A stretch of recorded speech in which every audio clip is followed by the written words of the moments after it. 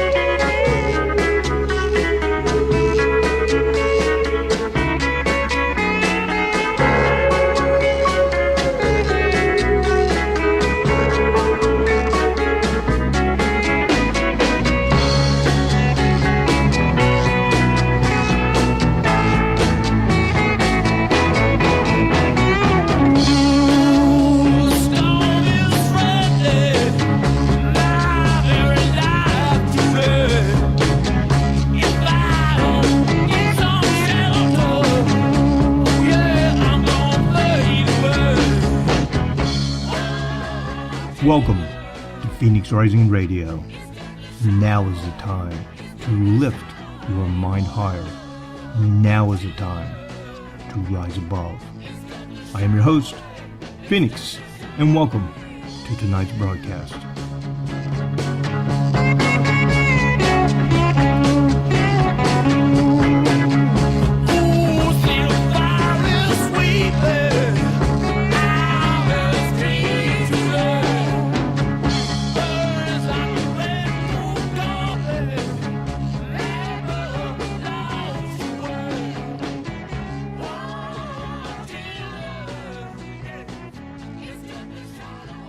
Yeah, good evening and welcome everyone. This is Phoenix. Hope you guys are doing well. It is Tuesday, May 30th, 2017. Oh man, can you believe it? Where did the month go? One more day left in this month. So if you had something that you wanted to take care of during May, you better get to it because you only have one day left to do so. Hello to everyone over in the chat room. Hope you guys are doing well this evening. We are being joined by NeSe. He is joining us live from the reservation. How's it going, brother? Live in today's world is an understatement. You are live. You're on the right side of the grass, man, on the green, on the upper green side, and that's a good thing as long as we're drawing breath. I tell you what, sometimes, you know, what you say there, you say that in jest, but man, it's so true. Life can be so trying for many people in so many different ways, but you know, we continue on and we hope for the best and we do the best, man. How are things going for you out there? Well, as you've just stated, it is life, and I love the rant that Bill Hicks has about it's just a ride, because we have its ups and it has its downs, and sometimes it's really high and sometimes it's really low, you know, but the nicest thing about all of that, whether it's really high or really low, there's always that point of balance where more times than not, we're at least in the point of balance. So at least in that aspect, everything is just fine, brother. Very good. Very cool. And I hope everything's fine for everyone over in the chat room at truthfrequencyradio.com. If you're listening live, you can go over there. If you're on the internet, you could be listening by iHeartRadio. If you are hello, you could be listening by TuneIn. If you are hello, or TalkStream Live. However you're listening this evening, or even if it's recording, I guess it's not live. But then again, I guess it would be live for you, even though that's in the future. Right? Yeah. Okay. Energetically, that is correct. A lot of stuff going on, man. Hope everyone had a good weekend, made it through the weekend. It was a holiday here in North America. If you are listening in North America, I know we still have some people, I'm looking in the chat room, still hanging on from listening to Kev over there in Scotland. So a lot of people in the EU kind of getting ready for bed. And if you are, good night. And I hope you sleep well and things go well for you. But anyway, for everybody else here in North America, it was a holiday weekend, Memorial Day weekend, and it's kind of odd. It was interesting, kind of an interesting weekend. Nothing major happened, and that's a good thing. I do believe we actually saw a hit on the Time Cross project by Courtney Brown and his remote viewing team. I believe that the speech that Donald Trump gave at the Arlington Cemetery, the memorial there, kind of fit that. So maybe that's it. It looks like they're going to be off on the invasion. The Time Cross team actually saw in the remote viewing session for this month what looked to be an invasion. So possibly they were wrong on that. But we do have one more day. Hopefully that won't play out. Phoenix, I got a question for you. Sure. Now, on Memorial Day, is it that we are supposed to be recognizing those that have given their life in the military, or are we supposed to be remembering all life that has passed? I believe it was specifically for that's a good question, because I'm thinking back to my youth, and I know that Memorial Day used to be a time when people would go out, no matter who the relative was, and they would lay flowers or a wreath in the cemetery. Correct. That's what I remember also. Yeah. What do we have? Well, are we doing like some kind of Mandela effect here or something live on the I'm not sure of it, but it was this weirdness where everybody was saying, as a veteran, where people are saying thank you for your service. And I'm like, well, that's what Veterans Day is for.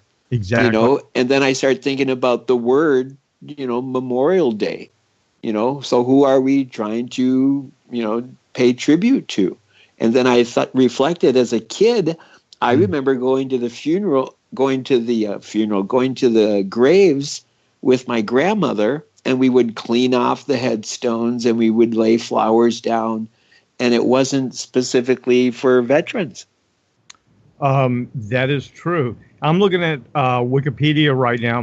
They're actually saying, the way they put it, Memorial Day is a federal holiday in the United States for remembering the people who died while serving in the country's armed forces. But listen to this. It says, the holiday, which is currently observed every year on the last Monday of May, was held May 30th from 1869 to 1871.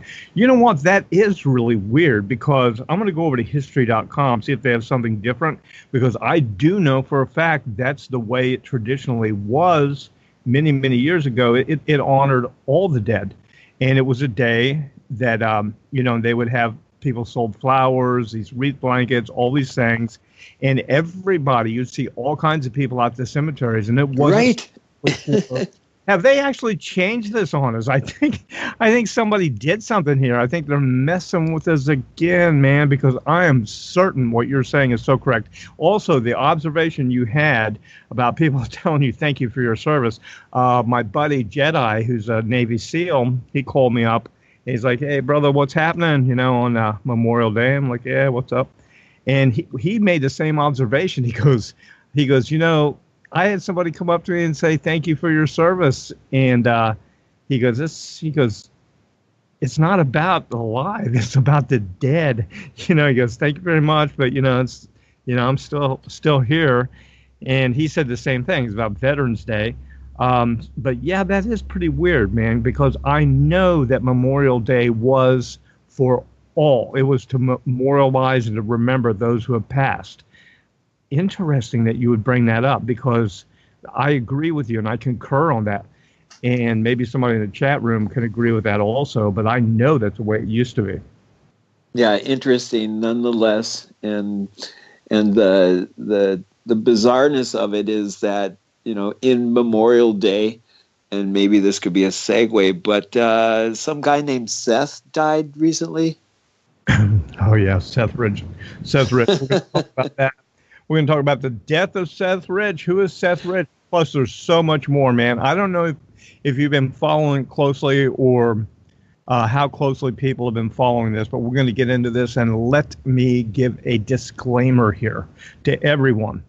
If you're a new listener to Phoenix Rising Radio, or if you're an old listener from years back, just a reminder, I am apolitical.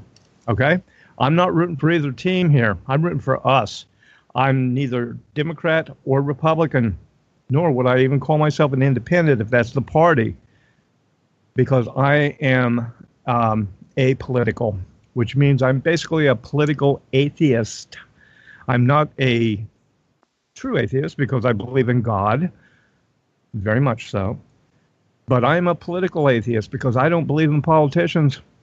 I do know one thing: the left, the right, the left wing, the right wing, they're two wings of the same bird, and they're taking us in the same direction.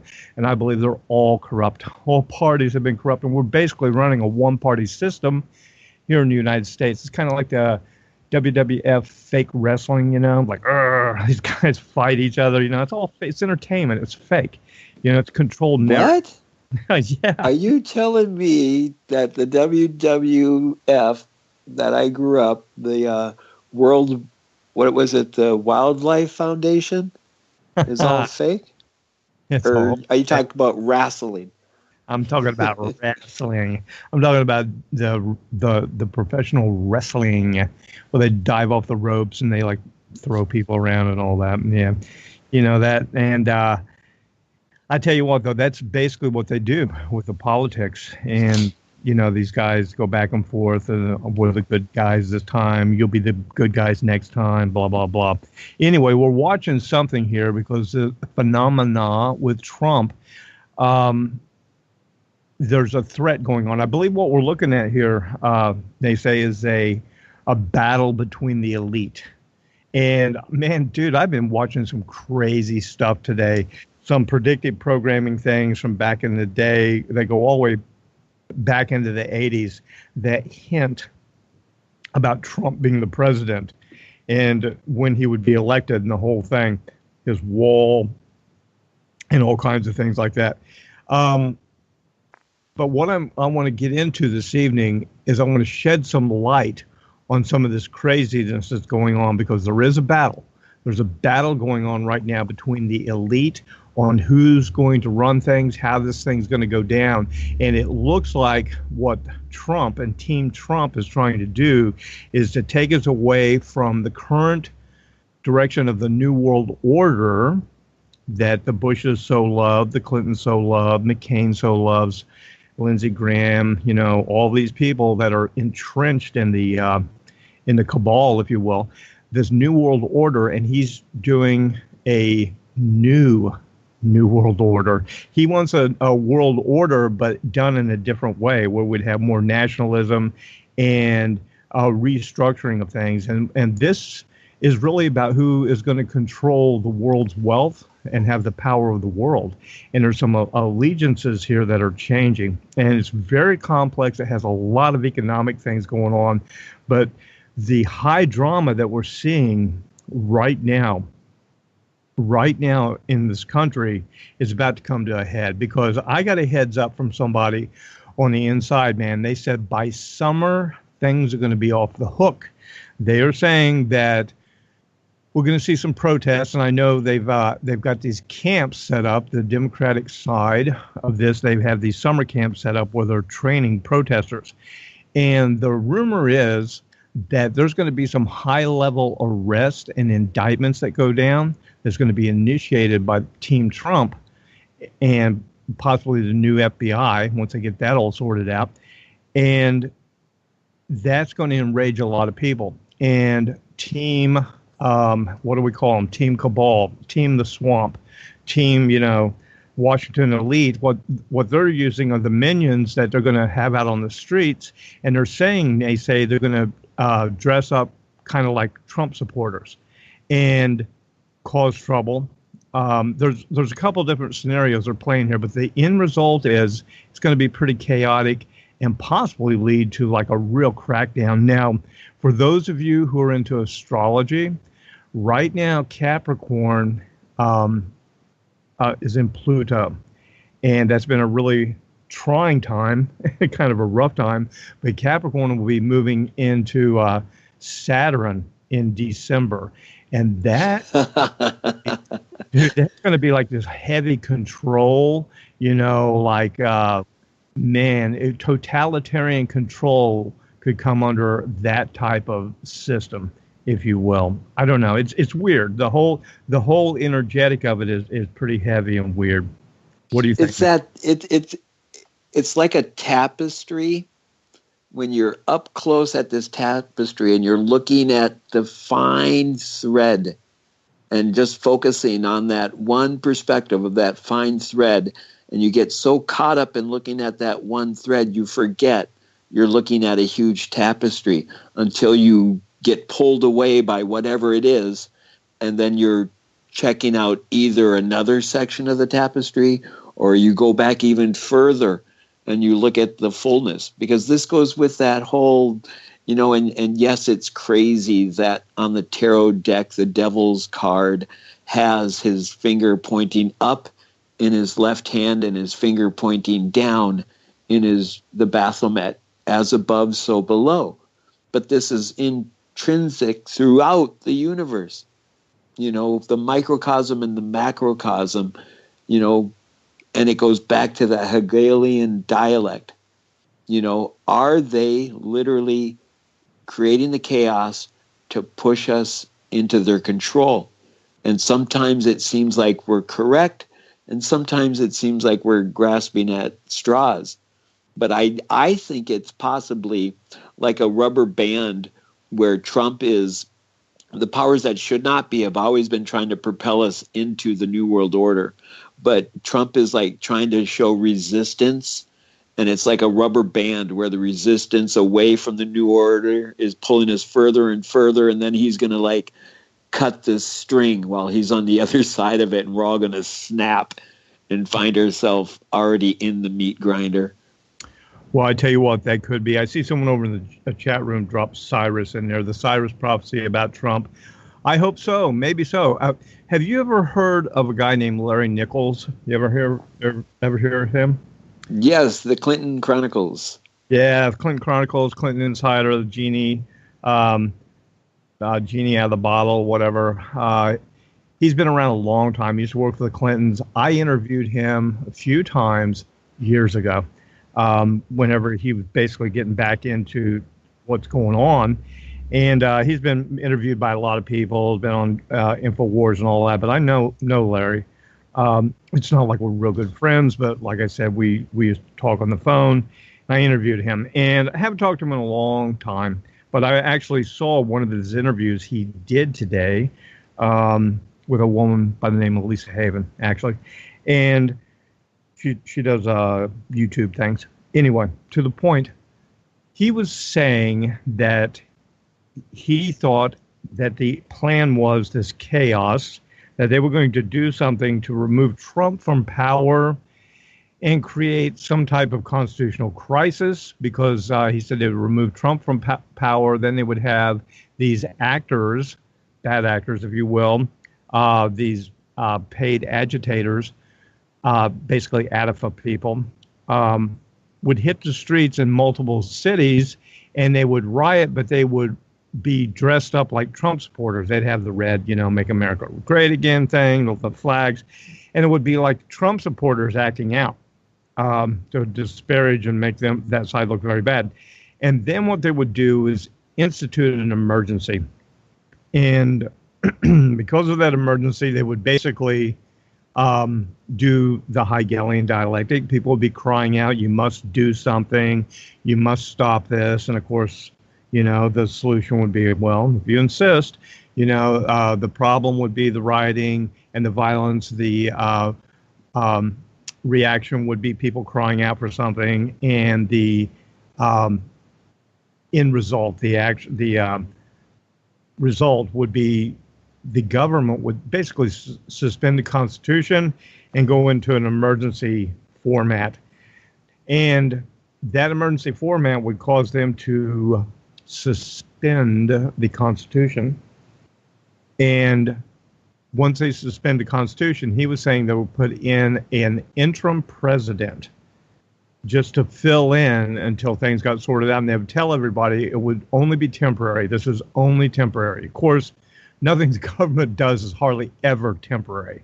Like the income tax was a temporary thing for the war originally. So yeah, so we saw how temporary that is. But they're saying they would put somebody in, and guess who? Guess who? He said they would slip in there as interim president. You want to take a guess? Bill Clinton or Obama? Obama, Barack Obama. Dude, can you believe that? The scenario sounds, I mean, it sounds correct, and it goes by their game. You know, this is the games that they play. And then if you also take a critical look at the movies that have been shown before us in the last 4 or 5 years, that's the theme, where there's been some type of suspension of government because something occurs, and so somebody is put into power. And then you find out, remember when they told us in 9/11 when all of a sudden the secret government was revealed? Oh, yeah. There's always been this plan that in case the government went down, there was individuals that were going to retain the continuity of government. Yeah, continuity of government, COG. They actually implemented that. And if our listeners aren't familiar with that, you can do a search of your favorite search engine, COG, Continuity of Government. And it used to be hosted on Mount Weather. Mount Weather is a large underground facility. It's probably still, I'm sure it's still functioning, maybe expanded outside of Washington, D.C. Above it, actually, Oliver North has a house, believe it or not, probably has an elevator down there. But anyway, seriously, dude, the continuity of government, they keep in place all the time. And I mean right now, as you hear our voices, you hear Ney Sey and myself talking right now, or even if it's recorded whenever, this is in place. They have a complete shadow government, president, vice president, Supreme Court, Congress, Senate, all these people that are appointed. It's all secret, and they rotate on call. And yeah. I don't know how many times it's been activated, but they did activate it during 9/11, and the continuity of government personnel were underground in Mount Weather. Now, the Mount Weather facility, when these people go down there, they take their families with them, their children, their wives, or their husbands, because some of them are women, and they are all underground. And this facility is like, it's insane. They have a full hospital there. I think it's 5,000 families. Oh yeah, they have shopping malls. They have swimming pools. They have like putt golf. They have basketball courts. They have anything. I mean, you can literally like go to the mall under there. It's crazy. They have like golf carts they zip around on, and like these little trains and everything. And it's a complete. Do you remember Logan's Run? Yeah, I remember Logan. Oh man. Sorry, flashback there, huh? Flashback, yeah. You know my story about Logan's Run, right? Oh my God. Anyway, yeah, Logan's Run, that's for sure. Go back to Larry Nicholson's and what he was saying. I saw the Clinton Chronicles back in '98, I think 97 or 98 is when I got the VHS tape of those people, and I was kind of poo-pooing it a little bit. And up in Minnesota, we had this thing where they were rerouting Highway 55, and they were going to tear apart all these natural springs, and we had this big blockade, and we were the original water protectors back then. And one of these guys I met, his nickname was Fish, and he was a hippie. And he helped me, because I'm in a wheelchair, he helped me get some stuff into my home after one of these rallies, and he saw on my desk the Clinton Chronicles, and he asked me about them, and I told him about it. And then he got all teary-eyed and sad, and he said that those boys that were killed on the train tracks were his friend, and he has been on the run for the last 5 years because he's wanted in supposedly questioning of what happened. And he came straight out and said that everybody in Little Rock, Arkansas knows that that was a heavy heavy trafficking by the government of bringing drugs in and out of the United States. Oh yeah, that was the Air America operation. They were running guns one direction and drugs the other, landing in Mena, Arkansas at the airport there while Governor at the time, Bill Clinton, and his wife, Hillary, were at the helm there, the youngest governor ever. And they facilitated that, and some very, very strange things happened. There was a coroner that had been officially put in place by the Clintons, I guess, and there were, what happened, these young boys had seen this activity going on and were killed because they had been going back to watch this. They've been telling people. And apparently, they were smoking marijuana and they were hallucinating on the train tracks and fell asleep. Phoenix, right? That's not what it. Yeah, that was it. That was the story they gave everybody.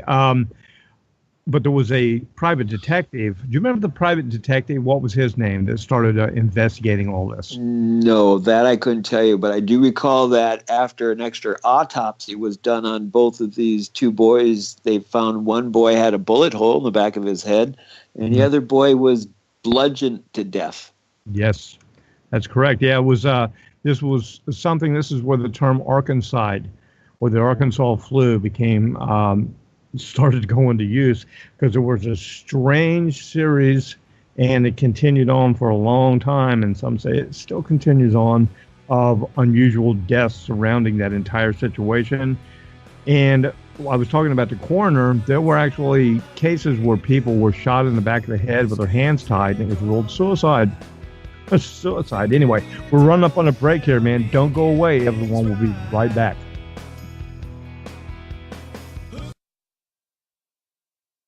You're listening to the Truth Frequency Radio Network. No hate, no hype, no fear.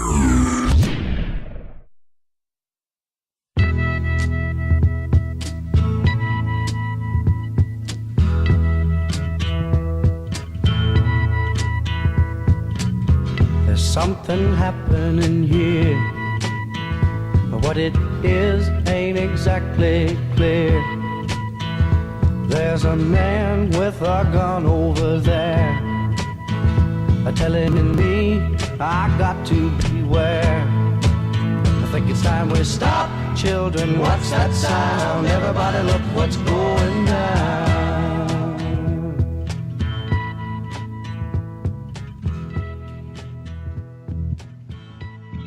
Righty, we are back. And again, we started the program out. We're talking about basically the war that's going on with the cabal right now. And I know people are busy. I know everyone has a lot going on, but, this is going to hit the mainstream. There's a battle going on right now. The media, the control of the media, they're trying to control the narrative, and they do to an extent, but this is getting out of control in Washington. They are on the verge of breaking some major things. Now, we're talking about Seth Rich. Who is Seth Rich? Okay, Seth Rich, we covered his murder. It was almost a year ago now, last July, I believe it was, here on Phoenix Rising Radio. I talked about this, and I talked about it because I do know that WikiLeaks immediately came out and offered, well, not immediately, it was a few days after his death, and offered a $10,000 or $20,000 reward to anyone who could come forward about his death. Now, the reason this is so suspicious, and it's just a piece of the big puzzle, is Seth Rich was a DNC IT guy. He worked at the Democratic National Committee. He was a Bernie supporter, right? Bernie Sanders supporter. And he had been working on some programs, and apparently he had uncovered NeSe voter fraud. And being a young, idealistic young man, I consider him a hero. Again, I'm not for either side, Republican or Democrat, but this young man, following his conviction, he apparently forwarded to WikiLeaks and got to WikiLeaks thousands of emails. 40-some thousand, 43,000, whatever it was, 17,000 attachments plus. And that's the exact amount of emails that the WikiLeaks, mysteriously, he was shot in the back twice when he was walking home from a bar, talking on the phone to his girlfriend. His girlfriend said that she heard like a scuffling sound, and she said, "What's wrong?" He goes, "I've got some heat." And he goes, he said something to the effect, "It's no big deal. I'll take care of this." Now, the story is, the official narrative is that he was shot. It was a robbery, an attempted robbery. And that was like 4 a.m, and he died like 5 or 6 a.m., right? Didn't live long. Now, here's where it gets weird, okay? Nothing was stolen from him. They didn't steal his wallet. They had money in it, credit cards. He had cash in his pocket. They didn't steal that. He had a gold watch on his wrist, an expensive one. Didn't steal that. He had a new iPhone. Didn't steal that. Matter of fact, they didn't steal anything. They just shot him in the back twice. But it was a robbery gone bad. Now, here's where it gets weird. There were witnesses, people on the street who heard the gunshots. So people were watching. The police arrived. Paramedics arrived. It was like a big scene right in a residential neighborhood. People were watching. It is reported, and there's some whistleblowers that have come out with badge numbers of individuals, police officers who had body cameras on. And these witnesses and whistleblowers are saying that Seth Rich was setting up an awake and talking to the police as the medics were getting him ready for transport. And it's being reported that Seth Rich told the police it was a hit. They tried to silence me because I was talking. And this is from witnesses. And the badge number of the police officers who Seth Rich told this to have been made public now, and they were wearing body cams. Now, here's where it's really suspicious. All of the police officers that were involved in that incident just less than a year ago no longer work or are listed for the Washington, D.C. police force. Like they don't exist. Like they're no longer there. So that is one aspect of this. This is so huge. There is a fellow also that everybody's going to be learning his name if you don't know it already. His name is George Webb. George Webb has been reporting on YouTube daily for 219 days. And he has come to a conclusion. He was originally looking for the former CEO of the Clinton Foundation, who is missing, who went silent after the election. And no one knows where he is. There were in 1 month, there were 4 people associated with the DNC that were murdered. Now, if somebody doesn't find that odd, in the same month, Seth Rich and or 3 other guys, one guy was going to testify basically against the Clintons and the Clinton Foundation. He had been a former UN person, and he was found with a crushed windpipe in his house. First, they said it was a heart attack. Then they said his windpipe was crushed in a weightlifting accident. So he died like the day before he was going to testify to the FBI. Seth Rich was scheduled to testify to the FBI on voter fraud and fraud at the DNC. He's dead. Now, back to Seth Rich. There have been reports that the 2 gunshots that he had were non-life threatening. And people have leaked out of the hospital that he was in that he was stable and he was okay that morning. And when they came back for the next shift, he was dead. That's odd, too. The bottom line is there's going to be a big investigation in on this. And, man, it is dirty as dirty can be. George Webb is uncovering all of this, though. He's been talking to congressmen, and he's been getting to the bottom of this. And I tell you what, there is something else that's crazy. George Webb has basically thinks that he knows who Seth Rich's killer is, and his life is being threatened now. This George Webb, because apparently there were 4 Pakistani guys, and of the 4, they're brothers. They had two of them have wives, so 6 of them had been working for Congress for the past 10 years for the DNC. They actually were brought in by Debbie Wasserman Schwartz and also Anthony Weiner. They were like his personal IT guys. They were getting $160,000 a year working for Congress, Democrats, and they were IT people and IT specialists. Apparently, what was going on, dude, dig this.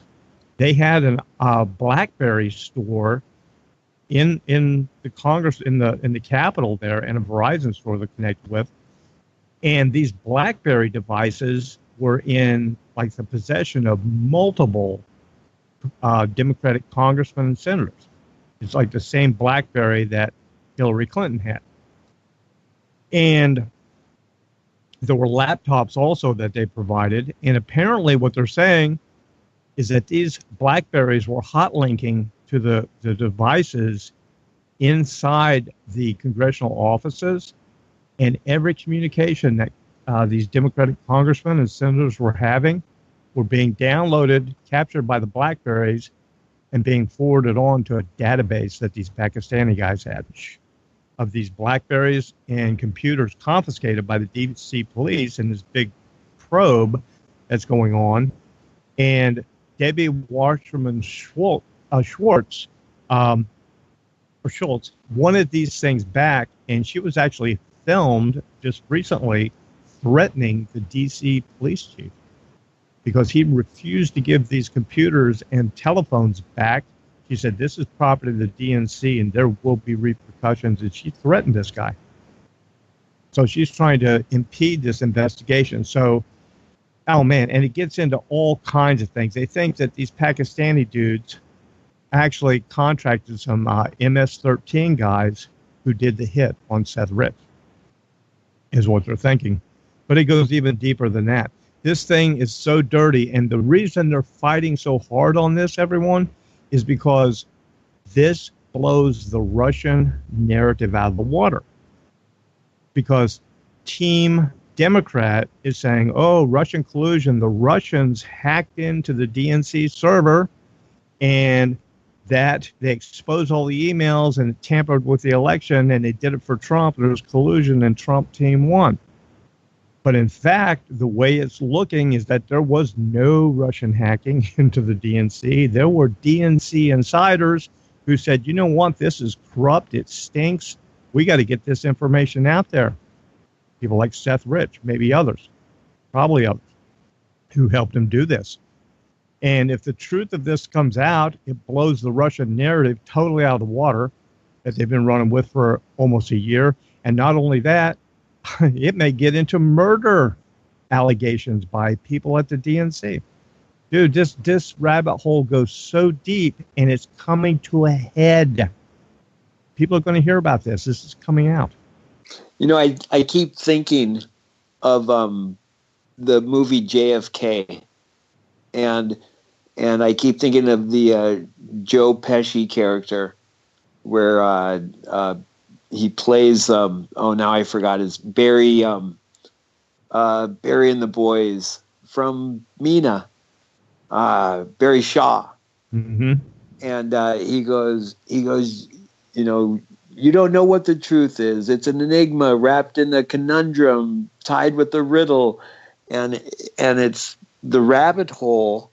If you think about the pirates when they would bury their treasure chest, you know, they rarely ever just dug a straight down hole and buried it. They usually did booby traps where they would dig down and go to the left and down again and to the right, you know, and because they wanted you to follow the false trail, the fake rabbit. That's why we say going down the rabbit hole, because it's endless, the way the rabbits live, you know, and to even throw the woo on it, Phoenix, I think this is nothing but the powers that shouldn't be, where they throw each other to the wolves, but they're not even throwing each other to the wolves. They're throwing their clones to the wolves, and then they get to go to Moonbase Alpha or on Mars or that island where they get to ride dinosaurs daily. Yeah. You know, where Saddam is and Bin Laden and Elvis. Elvis, Bin Laden, Saddam, Muammar Gaddafi. Yeah. Hendrix. Might as well throw JFK in there. Yeah, they're all partying. You know, it's all just been their clones that have been taken out, and man. it's just to make sure that their products, you know, keep on their rat race, and so they can cash in one way or another on us. But it is so frustrating because, you know, you think you're getting to that one thread that's just going to pull it all apart. Well, the storyline that we were talking about before, the chaos that leads to a Hegelian dialectic type situation, that may very well be true, because the entire theory of them wanting to do this, cause a crisis, and then suspend the Constitution and do something temporary, wink, wink, and put in like this totalitarian, I guess it'd be like a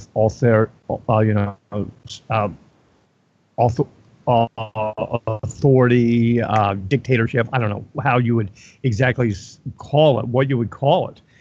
Some kind of hybrid of all the evil empires of the past, I guess. And that may be their final power play. And now here's the weird thing, dude. Think about this. If they brought Obama back in and they said, okay, he's going to temporarily be the president, interim, temporarily, under this crisis until the next election, if it happened in July, that means that he would basically have 42 months to finish the term out. And that would fit in with biblical prophecy.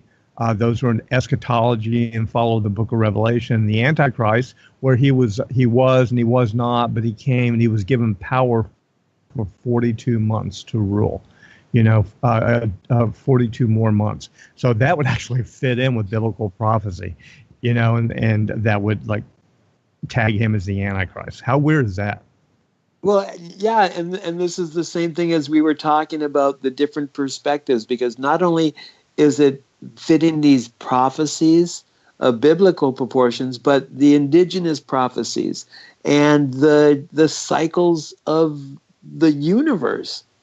And it's crazy how synchronicities, coincidence, whatever we want to, the semantics are indifferent. The fact of the matter is something, whether it be in the microcosm or the macrocosm, is always going to happen. But the biggest challenge is, where are we in preparing or being able to go through that something?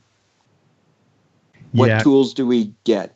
What do we use to be able to go through that something where we can still keep our sanity? Yeah, keep our sanity, keep our freedom, and keep our health. That's the thing. You have to be able to have a plan. And shameless plug for my book, Have a Plan and Plan to Act. You can find it on Amazon. Go to Amazon.com and you can type that in. I wrote it back in 2012, I believe it was.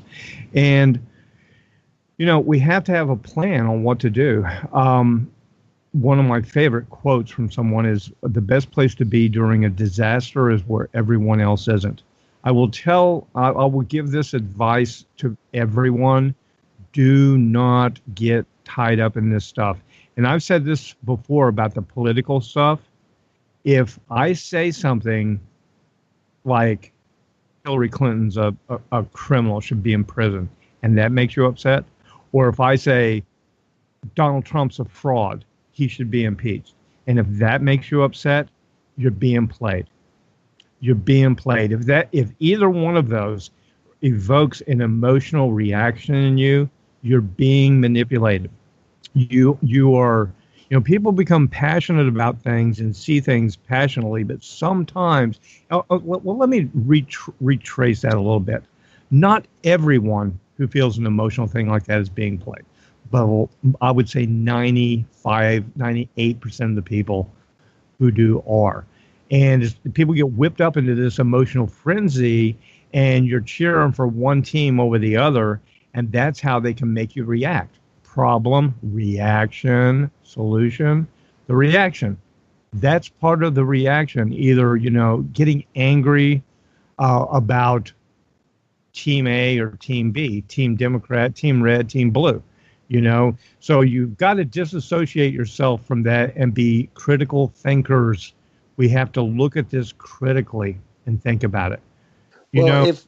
If I can add to that, Phoenix, and I'm sure, knowing you and having conversations with you, I'm assuming here, but in agreement, we're not saying don't acknowledge your emotions, don't squelch them, don't keep them down, but don't let your emotions make you act. Because that's where the biggest, I tell my children, it's like you're driving in your car with all of your emotions in the back seat. And when you have an emotion, you want to bring it up in the front seat in the passenger seat and acknowledge the emotion. But you don't want to get in the passenger seat and let your emotion drive, because then you have no control of your vehicle anymore. Yeah. So acknowledge the emotion, go through with it, deal with it, but don't let it take your actions, because that's when we tend to find ourselves in challenging situations. Yeah, if you're reacting to situations like that, outward stimuli, you can be easily controlled. Is the thing. You want to be truly emotionally in control and not reacting defensively. That's interesting. Over the weekend here, we were with some friends and we were having a discussion, and the woman was talking about the last program that you and I did with Joyce Riley. And she thought it was very interesting and been taking a lot of notes on it, and was talking, the topic of depression came up and medication. And, I gave her my opinion on this, and I've said it before and said it right now. The whole, being medicated for everything is such a farce. It is a tool of the pharmaceutical industrial complex, Pharmageddon, I call it. I mean, we've gotten to a point where when people have normal emotions, they say you need to medicate it. Like you said, people need to deal with this. The way it is right now, oh, I feel a little depressed. Oh, well, let me write you a prescription. You shouldn't be depressed. Oh, my God, take this pill. Or I'm angry. Oh, you shouldn't be angry. You need to calm down. You need this medication. Anger is a human emotion. Sometimes we get angry. Okay, sometimes we get angry. Depression is a human emotion. Sometimes we get sad. And you know what? That's okay. It's okay to be sad. It's okay to, to cry. It's okay to wash your eyes. They say the eyes are the windows of the soul. And, tears of sorrow wash the windows of the soul and bring healing, and they wash away the pain. And it's part of the human existence. You don't want to medicate yourself to prevent that. Could you imagine that? Oh, you feel sad? Well, let me give you a pill so you never feel sad again. What that means is you'll never deal with the core issues. And so I agree with you there. And there's a little segue and kind of went off there what we're talking about tonight, but it fits in very well. And I just wanted to bring that up, that I've got some pretty good comments about that program. And I agree with you. We have to deal with our emotions. So, if someone says Team Blue or Team Red sucks and it yanks your chain and you feel it, but be critical about it. Think about it. Why? If someone says Donald Trump should go to prison and it makes you mad, why does that make you mad? If someone says Hillary should go to prison and that makes you mad, okay, that's okay. But why? Why does it make you mad? Is it out of balance? Are you getting upset about something you shouldn't? Are you getting overly involved in? Are you being controlled? Are your emotions being controlled? Because the people who are going to be on the streets throwing bottles, the people who smash windows with baseball bats, wearing black masks and black hoodies, screaming, the people who punch people in the face, screaming, "Stop the hate," these people are controlled. They are being manipulated and controlled to the point that they are basically becoming the minions of those who would control them. And it doesn't have to be a baseball bat or smashing an ATM. It could be, they could get smaller reactions out of you to do something, to boycott something. Oh, boycott this, boycott that. Oh, speaking of, there's this fellow, Sean Hannity is his name. He was actually forced to take some time off from Fox News because he brought up this Seth Rich thing and started talking about it. Kim.com, famous hacker, who said that he had evidence that Seth Rich provided those emails to WikiLeaks. And this man, now here's the thing, man. He had to take some time off, and it's being rumored that he could be fired because all of his sponsors dropped him. Now, the question I have to everybody listening to me, everybody, be critical and think about this. Why would any sponsor, any advertiser want to stop a murder investigation? What's the motivation behind that? And what would get multiple sponsors to be so displeased that you want to get to the bottom of an ongoing murder investigation and find the truth that they would withdraw their sponsorship? You tell me that doesn't raise about 100 red flags. Can I have described the properties of a fascist government? You can in 1 minute and 3 seconds. Well, I mean, this is basically where we're going. If their sponsorships are being pulled, then who's owning the sponsorships and why are they, it's the whole, like we go back with Larry Nicholson's and bringing up the whole Clintons, these powers that should not be, they reward each other all the time. You scratch my back, I'll scratch your back, but just know it might be with a very sharp knife. Because it's just business. Yeah, just business. Yeah, exactly. I mean, we were talking about these are all in the same team. If you don't believe it, Google some pictures about the Clinton Foundation and the Bushes. The Clintons and the Bushes are dear friends. Remember, the Bushes didn't support Trump. They supported Hillary Clinton. Now, how could that be if they weren't on the same team? Oh, yeah. Well, and then look in the Trump and the Clinton relationships and how they have spread times. And then Dick Cheney, when his wife's autobiography, where imagine our surprise when we learned that Obama is a relative. It's the same thing. And the saddest point of it is in the end, we are the ones that are being ultimately duped. Yeah, man. That is so true. So true and so sad. But right now we got a commercial. Don't go away. We'll be right back after this break.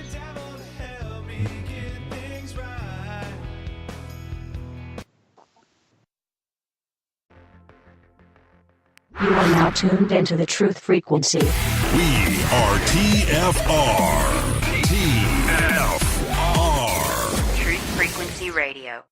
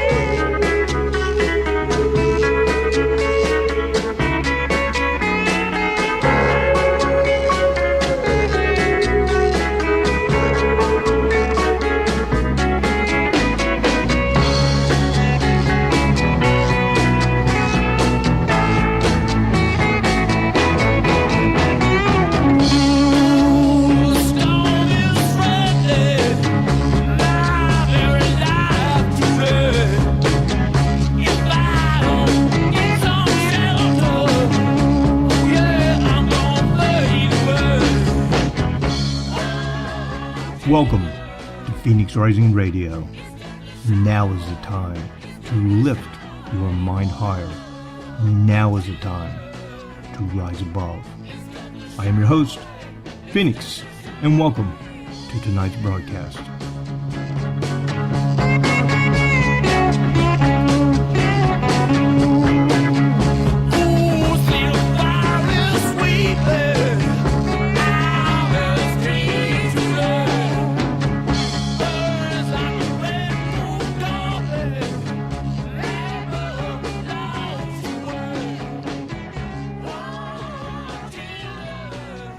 And welcome back to the second hour here, Phoenix Rising Radio, right here on Truth Frequency Radio, where truth is premier. Are you a supporter of the truth? I know many of you are, and we thank you for that. Would you like to support the truth, the great shows that you hear here on Truth Frequency Radio, all of the hosts?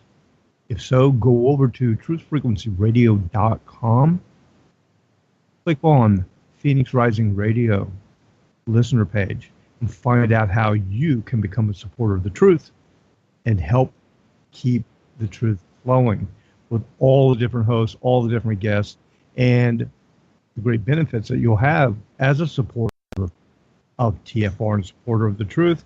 High definition downloads of all the different programs, 24/7, a lot of different Hey, Phoenix.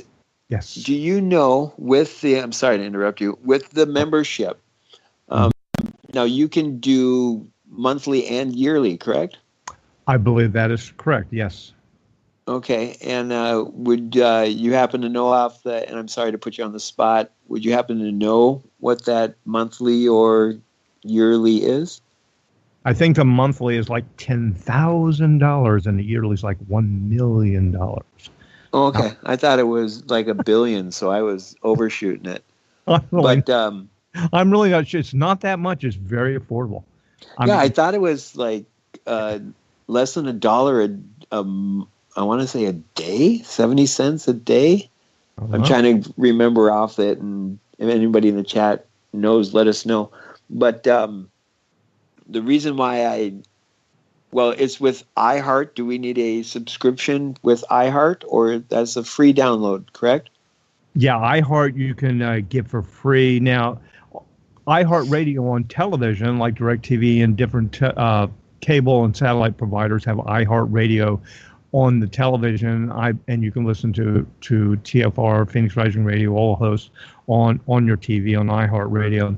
Tune in, I believe that's free. TalkStream Live, you can access us also. And if you go to any of those, iHeartRadio, TuneIn, or TalkStream Live, and just do a search for Truth Frequency Radio, you can find all that. Or even easier, just go to truthfrequencyradio.com. And also it's provided on many AM and FM radio affiliates around the nation. And there's a chat room that people can peruse also. Yes, there is. And a lot of people hang out in the chat room and share a lot of information. Some of it's pretty funny at times. Anyway, that's all good. All good stuff. Back on the topic, we were talking about what's coming up this summer and the potential of all this. Is it pre-planned? It looks like it is. Is Team Trump in on this? He could be. Again, I think there is some type of battle going on between the elites and what's going on because, man, they're going after some people, and I think they want to clean house and move forward with the new world order. I was saying there was a lot of stuff coming out this, and I think they're going to throw a lot of their minions under the bus. One of the big ones, Debbie Wasserman Schultz, appears her brother, Stephen Wasserman, is accused of burying the Seth Rich case. I'm looking at this right now. It's over on the Gateway Pundit. And it says, former head of the DNC, Debbie Wasserman Schultz, and oh, by the way, she's former because of WikiLeaks. Because of WikiLeaks stuff that came out that showed all the fraud, corruption, and all this stuff where they were trying to bury Bernie Sanders and prevent him from getting the nomination, which they did. She lost her job over this. She says she lost her position during the DNC convention due to WikiLeaks emails being released that showed her efforts to enable Hillary Clinton to win the DNC nomination and steal the nomination from Bernie Sanders. Now the Wasserman Schultz is back in the news. This time it is because of her close ties with the assistant U.S. attorney at the attorney's office for the District of Columbia. Wasserman Schultz's brother, Stephen Wasserman, is, dig this, man, is the assistant U.S. attorney at the attorney's office for the District of Columbia. With the happen. How convenient. Questions are arising whether Stephen has played a part in burying the Seth Rich case in D.C. No one has yet been charged in spite of the many unanswered questions related to the murder. Because Rich reportedly provided emails to WikiLeaks, there are many who believe Rich was murdered as a result. Yeah, and this goes on. I tell you what, man, the corruption that they are uncovering. Now, this deal with the Pakistani guys, these 4 Pakistani guys, dude, this is huge. We have 4 Pakistani guys and their 2 wives that were working in Washington, D.C. for years. They were hired by this Wasserman Schultz woman, Debbie Wasserman Schultz. She's the one who brought them in. They provided IT services for at least 80 Democrats, possibly more. BlackBerry phones, laptops, all of this. And here's the bizarre things. These guys have gone now. The 4 brothers and their 2 wives have fled to Pakistan. They're gone. And it's been determined that they don't even have U.S. passports. So how in the heck were these people? We had Pakistanis who didn't have U.S. passports in Washington, D.C. for years working inside the Capitol in sensitive positions. This is crazy. Were there remains found in those CIA tunnels that were bombed? No, actually, they just recently fled. They're still over there. And here's the thing, dude. They're still connected and working for the Democratic National Party from Pakistan. They're doing IT stuff. They're still listed as the head IT. Can you believe this, man? This is crazy. And this is all coming out. And this fellow that I was talking about before, George Webb, he's uncovering all this. And see, George Webb, let me see if I can find some of his videos. Oh, I have some information. If someone would like to see it, it's over on the Phoenix Rising Facebook page. You can find that by searching phoenix.rising.33, phoenix.rising.33 on Facebook, and that can get you over to our Facebook page. But we have a couple videos, exclusive George Webb and Jerome Corsi on Seth Rich murder and the DNC leak hack, and a interesting thing from Anonymous, breaking news, Donald Trump versus Angela Merkel thing. And you can see some of the other TFR posts over there. We put some things up over there, but you can find the George Webb information, and he is covering this every single day, multiple times a day. This guy is putting out live feed videos to protect his own life because he's being trailed right now, and they are about to get this guy, man. They want to kill this guy because he actually came out publicly and laid out the name of the person who ordered the hit on Seth Rich. They got him. He's pretty sure the MS-13 guys, one of them was arrested and then released. And he's naming these people. And all of this stuff is coming out. Now, here's the problem. The FBI right now, the person who's in charge of the FBI at this moment was the assistant FBI director. He's been there through all of this. Now, a lot of people may have heard that Team Trump requested all the personal memos from Comey, right? And that these Comey memos be released from the FBI to Congress. That's what they want. Well, the FBI came out and said they need more time and they won't release them. They're refusing to release them. And the theory is, and the word is, the reason they're refusing to release these is because they have the information and memos on Seth Rich that show that he was the WikiLeaks leaker, and also about his murder, some suspicious things. And these guys are in serious trouble now, the FBI even. This means that if this is true, the former head of the FBI, Comey, and the current acting head of the FBI, who was the assistant, these guys could be implicated in some serious crimes.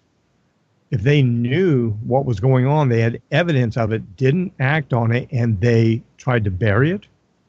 This is the kind of stuff we're looking at now, man. This you couldn't write a book like this. This is crazy. The level of subterfuge, crime, and corruption that's coming out on this, dude. And it's again, this is what the it's an energetic thing with the Pluto and Capricorn and all of these energies coming out. Well, it makes me wonder: was there any other?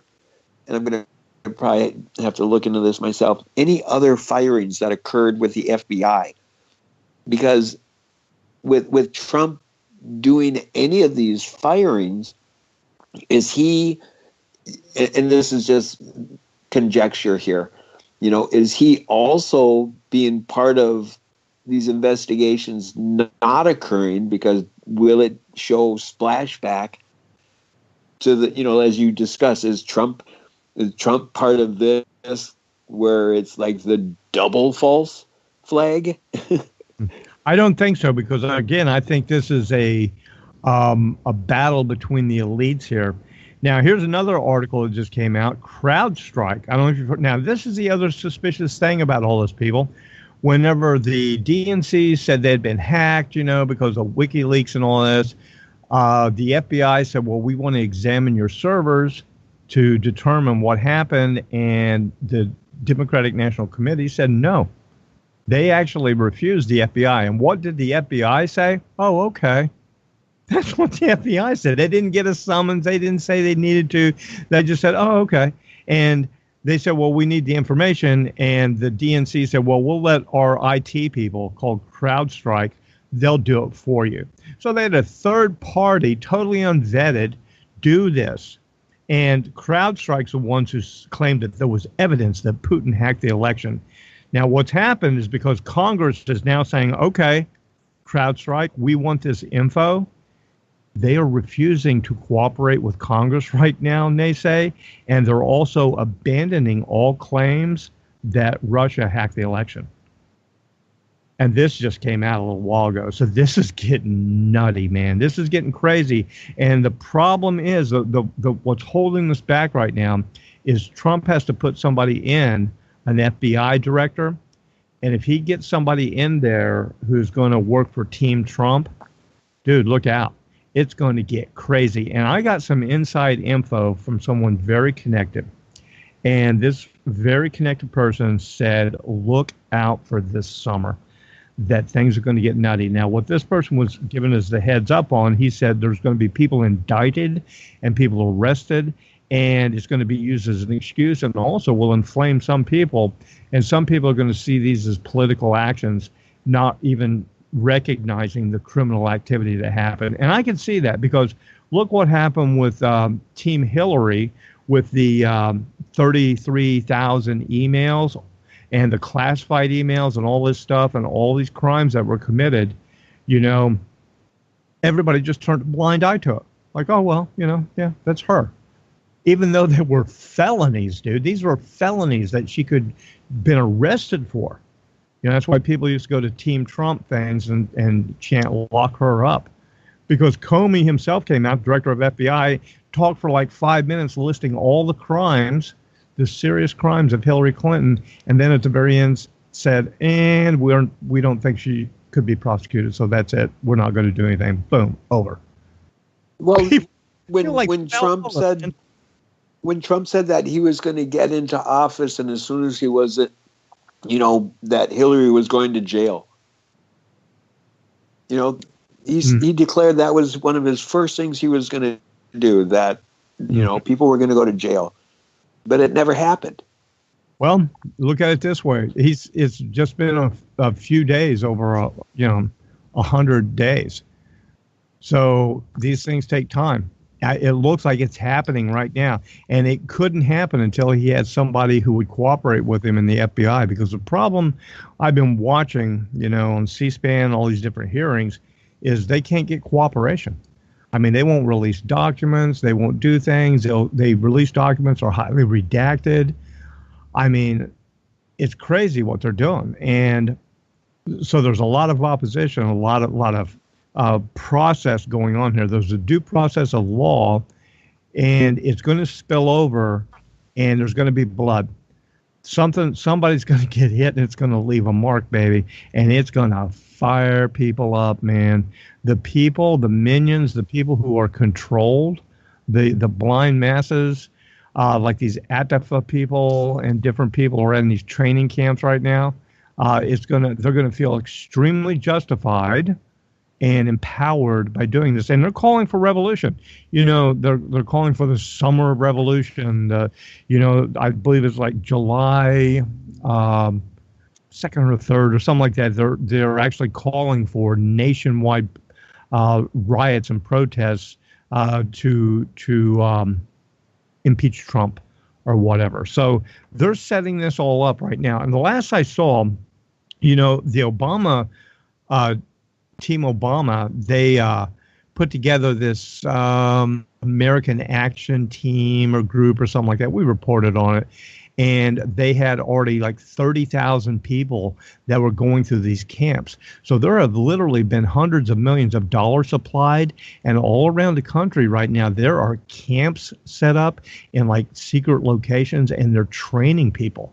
And they're training them like in urban combat type stuff, how to protest, how to do all this stuff. And it's happening right now. They said they have like 30 or 40,000 people being trained right now. And they're going to unleash these people in the summer of rage. One thing that I enjoy doing in the background for listening to, I listen to the comedians when they do their political satire stuff. And lately I've been listening to Bill Maher, and I haven't heard anything that he's done all this year. And so I'm listening to it from the beginning. And when he comes back is on the day of the inauguration. And one of his guests he has is Jane Fonda. Excuse me.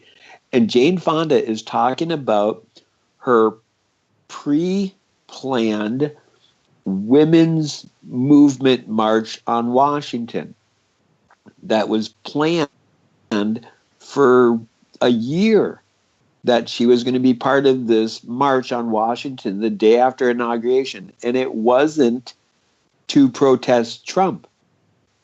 But then all of a sudden, that morning, the spin of it was that this pre-planned thing turned into this anti-Trump thing. And then all of a sudden, there were shipments of those vagina hats showing up in Washington, being given away and sold. Oh my God, the vagina hats. Do you remember that? And then all of a sudden it turned into an anti-Trump around the world when it was originally just a woman empowerment. Yeah, it was basically hijacked. You know what? It could have been well, I think it was hijacked. They hijacked the entire thing. Yeah, it's getting off the hook here. Let me see if I'm looking at some of the headlines. Oh, you're speaking about comedians. Kathy Griffin, she is a comedian. I don't know if you've seen this. Kathy Griffin beheads President Trump in shocking new photos via the United States Paranoia. And during the photo shoot, she joked around that she and Tyler would need to move to Mexico once the pics got released for fear they'd be thrown in prison. Now, don't know if you've seen these. Well, you're blind. So I don't know if our listeners have seen. Sorry. Well, I see third eye, Phoenix, so I'm not fully blind. Okay. There are pictures of her holding a head as like a model of President Trump with blood all over his face, and she's holding him by the hair like she's cut his head off. And dude, that's just like, That's crazy. If this woman doesn't get a knock on the door by the authorities, I will be shocked. Because now here's the problem in this. This is more of a control issue. This is how they control the masses. And this is old, man. The political cartoons and the pamphleteers, this is old school tech. During, all the past wars, political cartoons had great power, where they would humiliate and belittle world leaders, make them look like fools, like jackasses, or, evil, or these evil caricatures doing these evil things. And it would really empower the people, enrage the people, and really get the people going. And the same thing is with comedians now. And that's a sad thing. A lot of people won't, in a, how do I say this, intelligent way, in a thoughtful way, watch the news and critically, digest it with critical thought. They don't even want to watch the news. And so they'll watch comedy shows. And so many people get their political direction and hints from comedians. And I tell you what, they're all like Team Democrat, all the comedians. And so they're whipping up this fervor of civil unrest also. So we have a concerted effort going on now by the media, the psychological plays of the comedians to enrage people. And you have a lot of people who are prone to acting out because they feel like they've been done wrong, or they put fear in these people.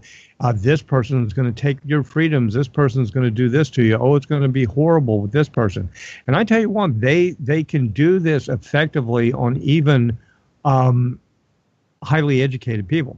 Because let me put it this way. A lot of highly educated people aren't intelligent people. I don't know if you get what I'm saying there, but man, there are people out there with degrees hanging on the wall and doing things that, pretty dangerous for them to be doing, that have the critical thinking skills of, say, like a gnat or something. I mean, seriously, they are so led by the nose. They've been so schooled, by the higher. Well, there are incredible ideas that are thought of every day in the mental institutions.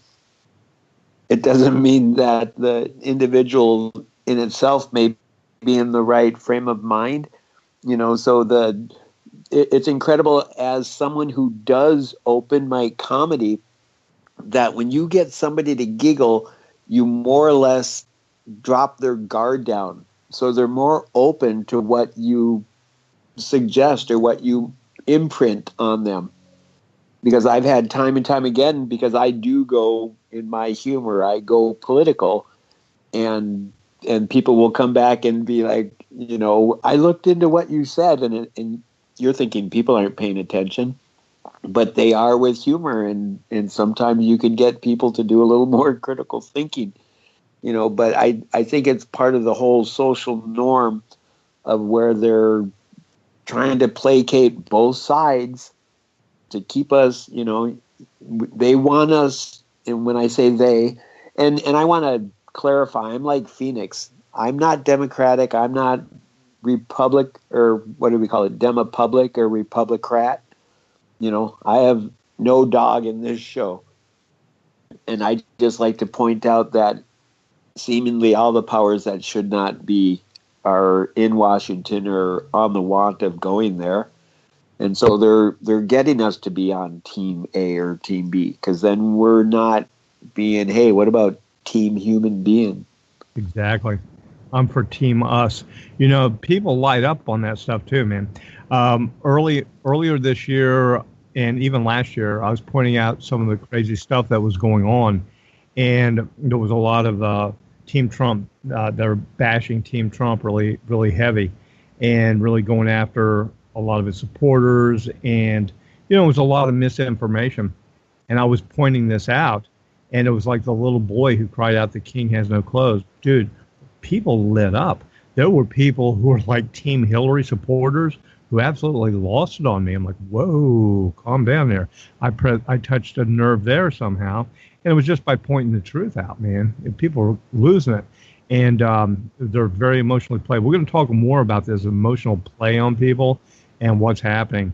And people need to be more aware of this. I know we're surrounded by it.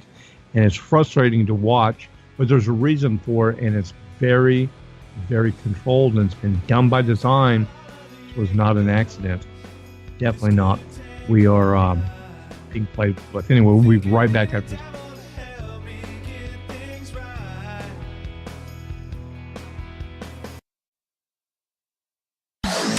No hate, no hype, no fear. We are TFR, your protection from deception.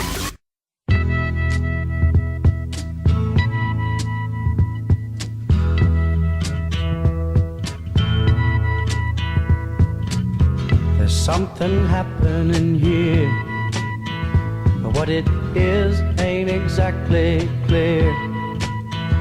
There's a man with a gun over there, telling me I got to beware. I think it's time we stop, children. What's that sound? Everybody look what's going down.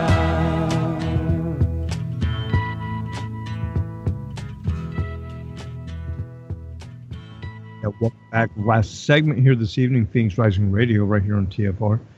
And before we went to break, we were talking about the distractions, televisions, etc. And I have a theory on this. I actually expounded upon it in my book, Have a Plan, Plan to Act, right in the beginning section, the welcome section, Welcome to Life. And Ney Sey, I actually believe that the new digital television standard that they went to a few years ago, went away from analog. I believe it was for a reason. I believe it was by design. I believe there are, well, I know there are, it's been proven, carrier waves and energetics that can come through the television electronically that really mess with people's minds. And you take that and you combine that with prescription drugs.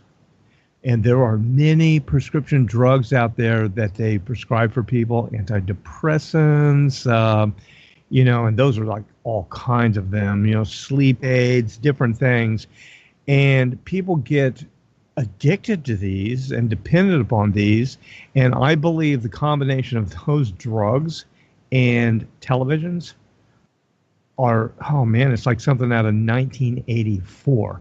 I believe these carrier waves can go through and they can probably like control people to a level that we can't even imagine.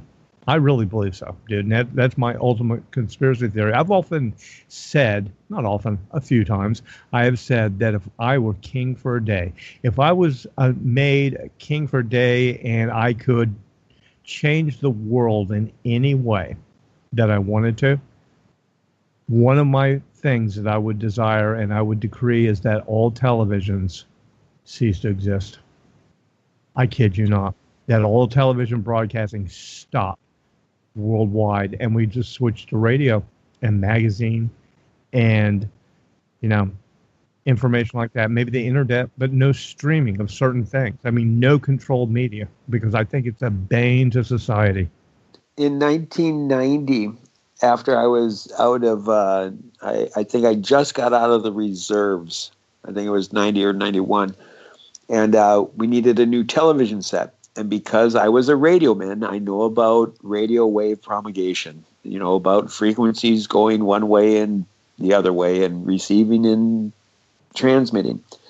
And we went to go get a new TV, and they had the latest TV there, and they had some TVs that were opened up, and remember the old tube TVs and stuff of yesteryear. And I was talking to the owner of the shop, and I was pointing out, why are all of the tubes and screens now being imported?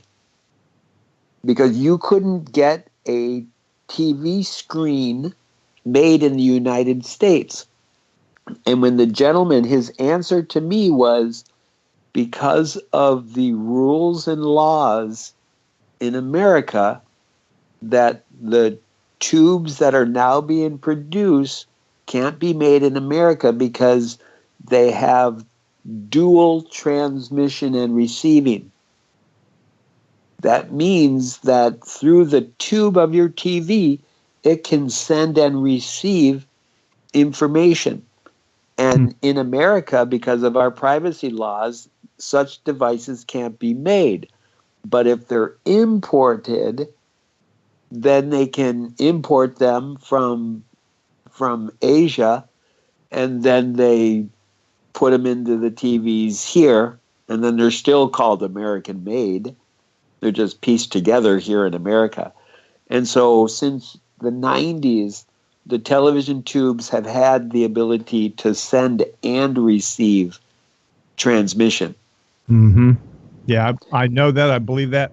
I actually, the analog, old analog systems, some people still have the old analog TVs, and they refuse to get a new one. And so they offered these boxes, the little converter boxes. You could, Yes. Back when I used to get my hair cut a lot, I love this barber. Man, I'd go to this barber. I had like a high and tight flat top that I wore for years and years and years out of the military, and I just had it for a long time, man. So I was like, get my hair cut like every couple of weeks. And he was an old Greek guy, and I loved going to this barber because he wouldn't talk. He would just like, because I just want to get my hair cut. I'm a nice person. I'm a congenial person, but I don't want to. I don't want to have a big conversation, especially with people sitting in there. And he was like, "How are you?" I'm like, "I'm fine." He would cut my hair, and he would say, "How's that?" I'm like, "That's good. Thank you." I'd pay him, give him a tip. Great guy. And anyway, he had this old analog TV, and he'd play like, TV Land. It was like, Father Knows Best and Andy Griffith and stuff. Nothing. And that's all it was on this old analog TV. But I remember seeing somebody who was very suspicious of these, and it was a young guy. He put one in for his father, and you can search it up online. This guy was like an IT guy and a technical guy, and these boxes were cheap. They made them affordable. You could buy them everywhere like $15 or something like that. These little converters, allegedly. This guy took one apart, and he said there's a camera in it.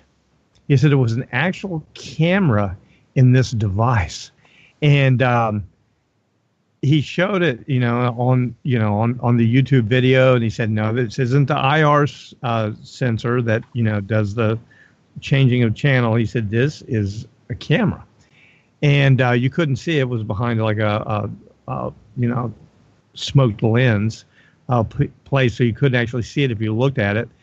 And it doesn't surprise me because I know this. This is like this is George Orwell, 1984, becoming true. Because if everyone will remember in Orwell's book, and that there were movie versions of it too, a couple of them, I guess, and everybody had a telescreen in every room in the house. You had to have it in every room of the house, and it had to be on all the time. So anywhere you went, the telescreen was on, and it was broadcasting what the state, Big Brother, wanted to do. But occasionally, they would speak to you through it, and they would tell and comment on what you were doing in your house, because they had the ability to see you also with the telescreen. And that's science fiction, and people are like, "Wow, that's crazy science fiction." It's real. It's real now. I mean, this isn't science fiction. They really have this ability. I know when I had my TV put in, and the TV guy was here, the satellite guy, and I told him, I said, yeah, we really don't watch TV that much. He goes, yeah. He goes, I can tell. I'm like, how can you tell? He goes, because you just had a small one installed in the bedroom and not out in the living room. I'm like, yeah, I guess that is a good tell. And I told him, I said, yeah, big screen. We have a storage somewhere. I don't even care about the thing. And I know at one point, and this was like a year ago, I was curious and I was like keeping track. 1 month, the total television watching time for the entire month was like 15 minutes for the whole 30 days time, because I'd turn it on and look at the weather, say, wow, it's going to rain, and I would turn it off. My children were wanting, of video games. And so I looked into video games and I heard about this Connects game with the Xbox, to where your body becomes the controller and you interact with it, and they have games to where the body has to be active. And so we get this, and it has a device with a camera on it and everything that you put in front of the TV, and they stay like 5-10 feet back from it. And they leave the house, and then all of a sudden I hear like little winding of gears. I have really good hearing. Mm-hmm. And I'm like, where the heck is this coming from? And I'm rolling around in the dining room because it's right by the living room, and trying to find out where this is coming from. So I go up to the TV and I hear it at the TV, and I reach out to it, and sure enough, this little device was like rotating, like it was scanning the room. Oh.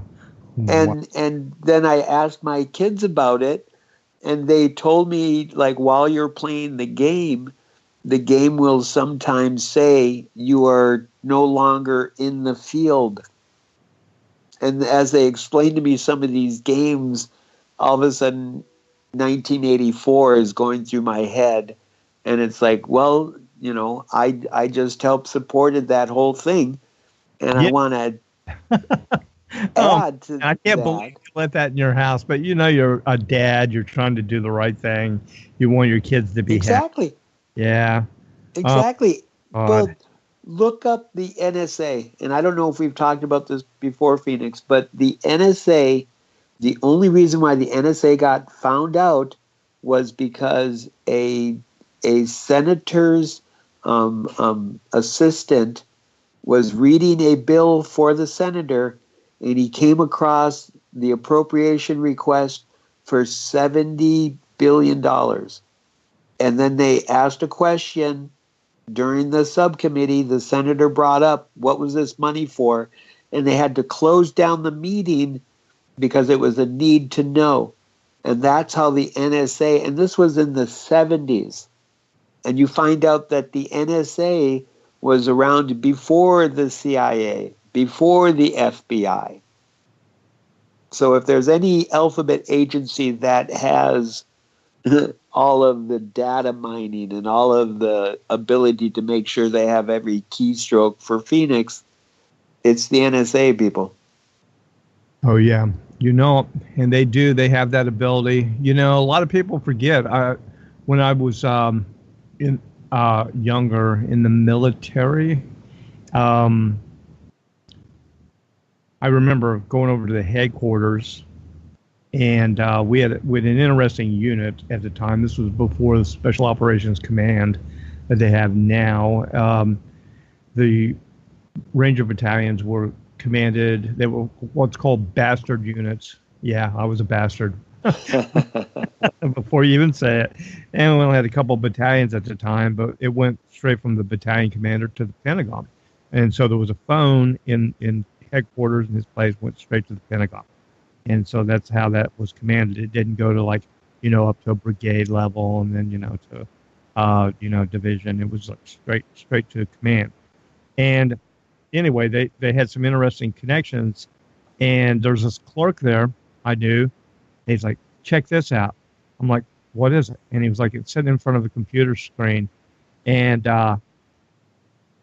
he goes, you see this? And he types a question, and somebody answers him. I'm like, wow, that's pretty cool. I'm like, who was that? He goes, oh, that was somebody over in Fort Washington.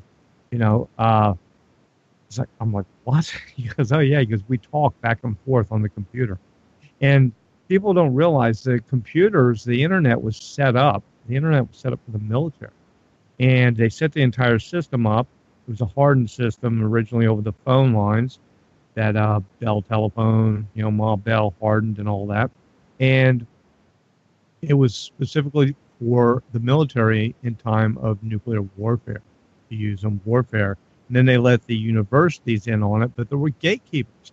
And the entire internet sprang up not from Bill Gates's garage or some geek who had a great idea. It's United States military technology from the beginning and still is. If you're on the internet and you think you're being slick, you think you have anonymity, think again. It was made by the military. It was managed by the military, and it still is. It's right there. In 1986, when I got on board my ship, the USS Fox, we were using radio waves to set up phone conversations, and we're out in the middle of the ocean, and we were not only having, our computers were being all linked in by radio waves, and that's how we did it. And yeah, so it's, I would believe the estimations that the government is probably 50 plus years more advanced technologically than what we are given. And I do know that in the 90s, there was a law that was passed that if you have technology that is superior to the government, that by law, you have to hand it over to the government or you could be imprisoned and fined. Yeah, and that's what happened to a lot of the people working on alternative energy and things like that. Alternative fuel systems, 0 point energy, whatever you want to say. That's why a lot of these guys were taken out. And this stuff was, basically seized by the military. That's what they did to Tesla. They came in and they took all of Tesla's stuff. They have all that stuff. They've been working on it. And I agree with you. It's more than theory that the things are more advanced than people realize, because I know for a fact. I can tell you, I know for a fact, because I was briefed on things and told things that we were aware of. Technologies at this time is actually what the Soviets has during the Cold War, that today, every once in a while, I'll read like people speculating and like conspiracies that they may have this technology or that. Yeah, they may have it. They've had it. It's been around. There's stuff that's out there that they just keep secret, and well, unfortunately, as when we had Anthony Patch on and we were discussing, about this technological advancement of where man is using the Fibonacci sequence to replicate the golden mean spiral of nature.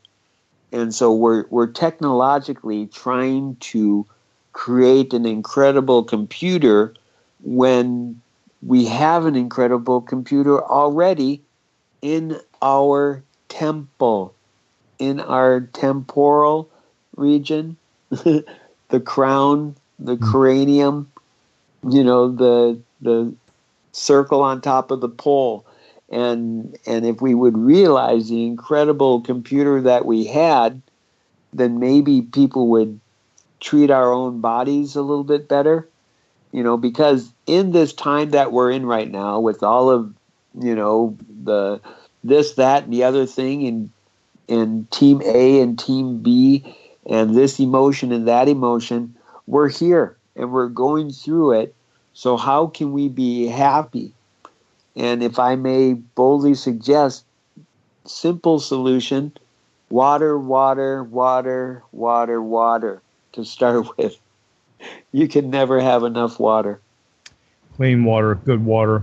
Oh, that reminds me, shameless plug for the AquaPure filters that you can get over at mypatriotsupply.com. Yeah, mypatriotsupply.com. You go over there. They have fantastic water filters and really good price. Fantastic. I'm looking right now at the ProPure I have it. I'm looking at it right now, and yeah, it's okay. It's all stainless steel, but they don't have the filters like they used to. I had a Berkey. I'm not a fan of the Berkey filters because of their design of them, but the AquaPure that they have over at, I believe it's called AquaPure, over at mypatriotsupply.com are really affordable, and they have them on sale, so you guys can check that out. Let me see if And isn't that the truth frequency? I think it's a promo code. Was it promo code truth? Yeah, something like that. I believe. Truth frequency was a promo code. Let me see if I can find it. And another thing, if I may humbly suggest, is making sure that you do get a good source of minerals and vitamins. Of course, we want to get them naturally through foods, but do some research and find, and I get no money out of this. I go through Beyond Health for my multivitamin and my vitamin B complex. Oh, let me tell everyone, it's Alexa Pro water filtration system, and they normally go for $224, and right now, deal of the day price, $149. It's saving $75. So you can check that out over at mypatriotsupply.com and check on the water thing, because I tell you what, that's vital to have water. Even if you don't have an emergency, filter your tap water, man. Get one of these, run your tap water through, because that's what I do. It's not like I'm filling my water filter up at the river. You just use your tap water. That way it's cleaner, and it takes out the impurities. And these filters last a long time, man. So it's my filter in my bathroom went out. I have one on my shower head, and it filters out chlorine and fluoride and all that stuff. And it went out, and we couldn't find our replacement filters. And so I said, well, just take it out for now, and we'll order some new ones. I could not believe the difference of how much chlorine I could smell in our city water. And I just imagine this is the same with most people. So you people that are fortunate to have your well water, well, I guess if it's not contaminated groundwater, but get your filters, people. Yeah, definitely. Even if you have well water, we had spring water from a spring house, and it came in through a pump. I still ran it through a filter. I just did so, because you never know when you can have your water tested from a well or a spring. It could be pristine. Doesn't mean it'll stay that way. If it's pristine, it tests good, God bless you, run it through a filter. Because you know what, in the middle of the night, something could happen, something geologically could happen, there could be an accident, and all of a sudden your pure water isn't that pure. So, man, I've been an advocate of water filters for a long time, and I think they're vital. And especially if things get weird, and if things go sideways this summer during this planned chaos it looks like they're heading towards, this is a good thing to have, to have all your bases covered, food, water, extra supplies. These are the things people need to be thinking about, because you want to, the last thing you want to do is stand in a line. You do not stand in a line anywhere like, I need water, or I need food, or whatever. You don't do that, because you are submitting yourself to the powers. And you might get up to the end of that line where you think you're going to get something and be like, okay, roll your sleeve up. Well, what's this is for? Oh, haven't you heard there's a pandemic? There's been an outbreak. You can't get your food unless you receive this vaccination. Bam. And who knows what's in there. Yeah. And may I also, if I may also quickly, look up the White Earth Reservation, and if the proverbial fan gets struck, you can always find me there. The password will be Rubber Rabbit. Rubber Rabbit. Oh, my God. So tell everybody that again. Let everybody know one more time. Well, when times get really stressed and it seems like you just can't get your sanity, then just say rubber rabbit as many times as you can over and over again, and you'll be giggling at some quick point. That is so true. Rubber rabbit, rubber rabbit, rubber. I can't even say it. Right? Yeah. It's almost as fun as spinning. Spinning. What's spinning? Like a little kid. Remember when you were a kid and you would stand still and you would just start spinning until you got ridiculously dizzy? Oh, yeah. It's like the whirling dervishes. You know, the whirling dervishes in Turkey, they are simulating the planets, the dance of the planets, the spin of the solar system and galaxies, of the stars. And it's a form of meditative trance where it's a worship type thing. I thought it was an anti-flat Earth dance. Oh, anti-flat Earth. Oh, yeah. Well, I stink. Yeah. And if they whirl too close to the edge, they fall off. Oh, my God. I swear the whole flat Earth thing, man, never went there. People ask me about it. I'm like, yeah, don't even go there. I truly believe that was a psyop just to see how far it would go. Because that's how things happen. And that's what how people are seeded with ideas. You know, we actually...